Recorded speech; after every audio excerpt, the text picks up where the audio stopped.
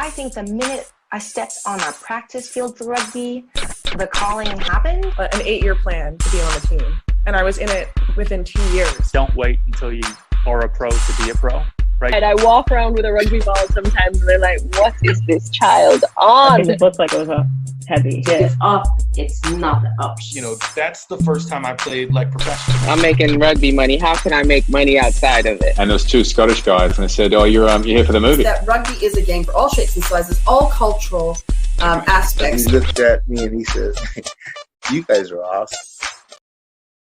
Yo, what's up, everybody? Hey, my name is GiftTime and Bailey. Welcome to Rugby Swag Show, where we talk about people and the things that they've done, created, or taken advantage of via rugby. We got a special show today. It's going to be short for a couple reasons. Number one, I felt like it was a kind of a slow week of rugby, so not a whole lot was going on to talk about. You know, post-Rugby World Cup. You know, we're just trying to find our way back. I know some of the pros leagues around the world are starting up, but nobody's really back in full form, and we're getting some little games here and there, but nothing yet that I feel like it was great talking about. And number two is today's my anniversary, so I'm literally just to record this to basically just drop a little bit, and then I got to go take care of business because, hey, man, husband life, baby, husband life, you know, proud 2 years. So just before we get really started, I hope that you guys have enjoyed it. I had a lot of support off of our last episode, talking about squids particularly. A lot of people joined in, and thank you and welcome all of y'all. I hope you guys get a chance to enjoy this show and everything that we have to bring to Rugby Swag Show and then to GiftTime Rugby Network, and I hope you guys just get to take it all in. And in the meantime, if you guys want, absolutely follow us on Rugby Swag Show on Instagram. You can follow me at GiftEbelu, GiftEgbelu on X. GiftTime Rugby on Facebook, YouTube, and of course TikTok. Of course, subscribing here. And if you guys are not able to take the time to watch the show, this one's not going to be live. It's not going to be live, this one, but we'll be back next week. But you can always check it out on our podcast. We'll check it out on Spotify, Apple Podcast, Amazon Music, and of course iHeartRadio, and just a plethora of other ones, but that's neither here nor there. Yeah, like I said, this is going to be a short one today. I'm really just going to go through a couple things that really caught me this week, but other than that, you know, we're not really too heavy on anything. So kind of let's get this up and kicking off. First and foremost, look, man, this was a USA Rugby kind of week. I think, again, you know, there wasn't too much that was happening, but a lot happened for USA Rugby that I think needed to be talked about. And kind of first and foremost was the hiring that USA Rugby finally has a new women's 15 coach. They've been sitting in an interim head coach had taken the women to the WXV2 tournament that was taking place in Cape Town this past October. But officially, we now have our new 15s coach, and he goes by the name of Mwaki Fukuoka. Oh, hold on, I got to make sure I said that right. I don't want to insult the name. I did insult the name because it's not. It is Sion Fukufuka from Australia. He's going to be taking over as the women's 15s coach. It has been at least a few months since our last head coach stepped down shortly after the results of the Rugby World Cup, which wasn't great from last year. But, you know, it's at least a good step. This guy's a very, very qualified person. He's been the head coach, assistant coach with Queensland Rugby, been director of rugby for Canterbury College. I mean, he's working with the Wallaroos, which is the women's rugby national team.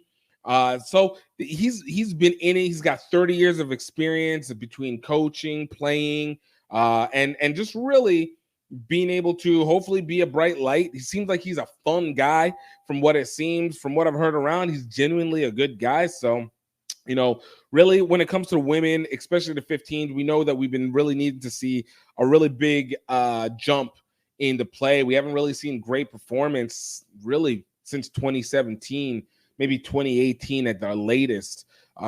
Since the pandemic, it has been very, very half-hearted for the 15 side, but I know we're also trying to bring in new players and also establish with the veterans. So hopefully with Sion, we can see some new changes going in, what he's done with the Wallaroos. Hopefully can do it here because the Wallaroos did well. The Wallaroos did well in the last Women's Rugby World Cup that took place in New Zealand last year. And of course, 2017 was also an amazing year for them as well, too. So I'm happy for it. You know, USA Rugby is trying to, get things up a little bit more. And again, we'll talk about it a little bit more later. But on the other side of it, where we've got to hire, it looks like we are losing a CEO. So it looks like, as was expected, Ross Young for USA Rugby is stepping down, and USA Rugby is looking for a new CEO. So this is your moment. This is your time to go ahead and put in your application. Now, I don't know if you necessarily are going to get anything, in almost 90% certainty, 98% certainty you won't, but it doesn't take away from the fact that, hey, it is still up for grabs for anybody who's being run by Bloom Sports Partners. You got to have a searching for them in some way, shape, or form. And they've provided a list of like characteristics that they want. I just want to go through a couple of them. They kind of broke it into about four different outcomes that they are looking for. So they broke it from essential to desirable to skills. They have it like experience essential, experience desirable, skills, abilities, and knowledge essential, skills, ability, and desire essential. Hold on, let me see if I can go ahead and throw this one up onto the screen, because I think it'll be good to at least have a better idea of what I'm looking at here. Let's see here.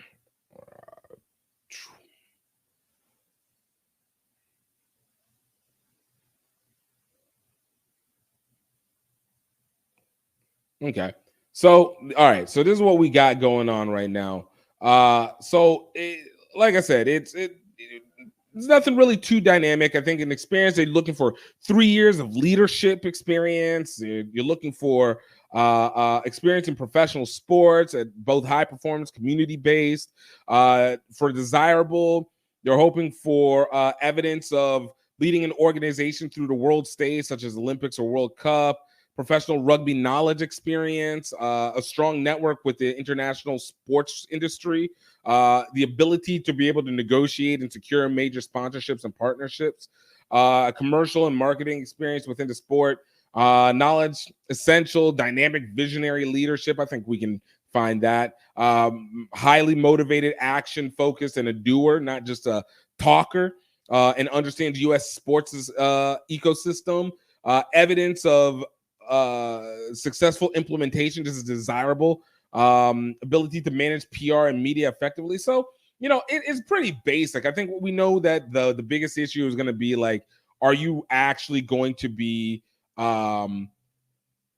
making the decisions? Because we know how much World Rugby is running the strings on USA Rugby. So are you going to be a progressive CEO, or are you about to just end up being just another patsy who just executes what they're told, which is most likely what's going to end up happening, to be perfectly honest with you.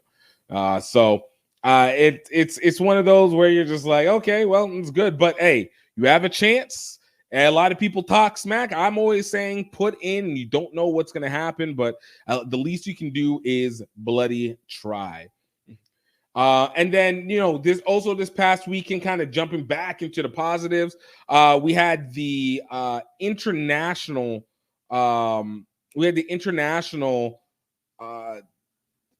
competition tournament, Vila International Cup, take place in Spain.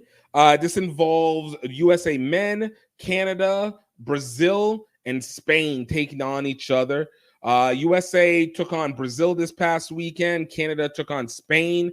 Needless to say, this was not favorable for Canada, because the USA, in my conflicted heart, took it to Brazil, beating them 48-3.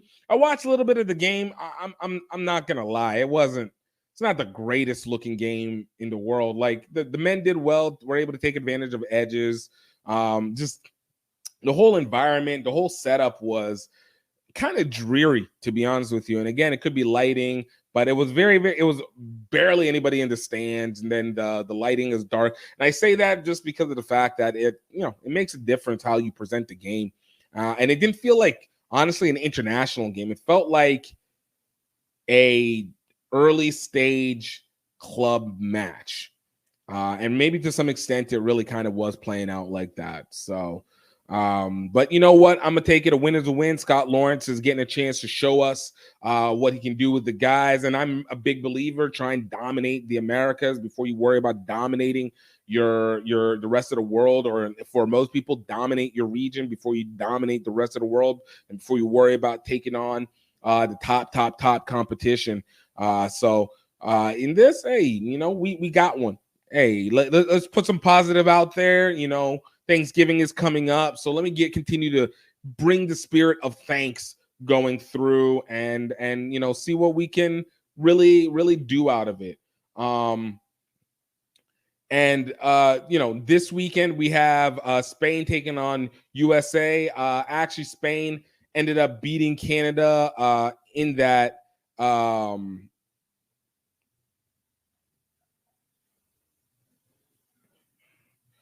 42-20 over Canada. Man, Canada's really fallen off over the leagues, man. 5 tries. But yeah, it's just not a good look for Canada. But hey, man, USA, hopefully we can take this chance, because we did not do well against Spain, I think, in the repechage or a little bit beforehand. We already lost to Portugal. We've lost to Chile. I mean, Latin America is really whooping our butts. So hopefully we can kind of get ourselves back. Maybe not Latin America, but at least Hispanic. Let's get at least something within Hispanic in this situation. Because if Spain, Spanish, is it? Yeah, would be. So, we can make up for Chile and Uruguay with Spain. It's not the same thing. It's not the same thing. But, we'll see what happens with it. Again, you're going to get a lot of the same lineouts happening in Spain. So this is a home game for Spain, even though, like I said, didn't feel very busy or very strong. It's worrisome.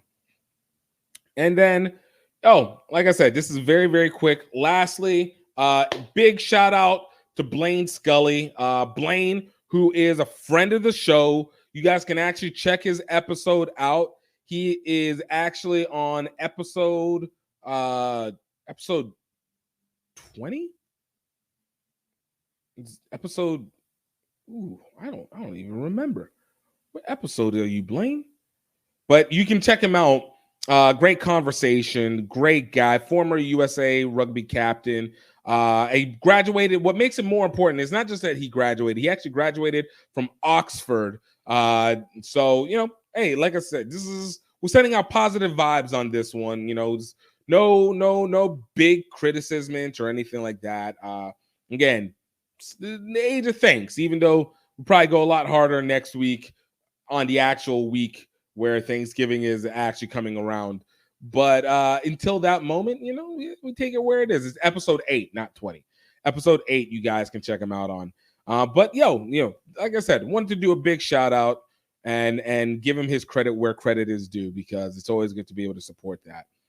But other than that, guys, I do not have anything else for y'all. Look, it's short week, anniversary, nothing really too much happening. I know like I said, premiership and top 14 and URC is happening, but they're just getting their players back. Next week, we'll be seeing actually full rosters again, no more third stringers, and we can talk a little bit more about it. Big shout out WPL, Women's Premier League here in the US, had their all-star game, and was a great outing. And also, big happy birthday to Tiffany Faye, another friend of the show, having her birthday today. So this would be November 14th. So that's really it. Guys, keeping it nice and short. We'll go into it a little bit harder next week. And in the meantime, definitely please tell your friends, please subscribe. Everybody who subscribed already to the YouTube channel, who's been commenting and engaging, absolutely thank you. Love the energy, love the pushback, and love just the conversations that are happening on more and more. Look forward to what we got going on into the future. But as I will always say, and like I said, if you're new, just to let you know, and if you're not new, you know what it is, man. I hope that you are happy. I hope that you are healthy, but most importantly, I hope that you know that you are highly favored. Until next time, y'all. Cheers.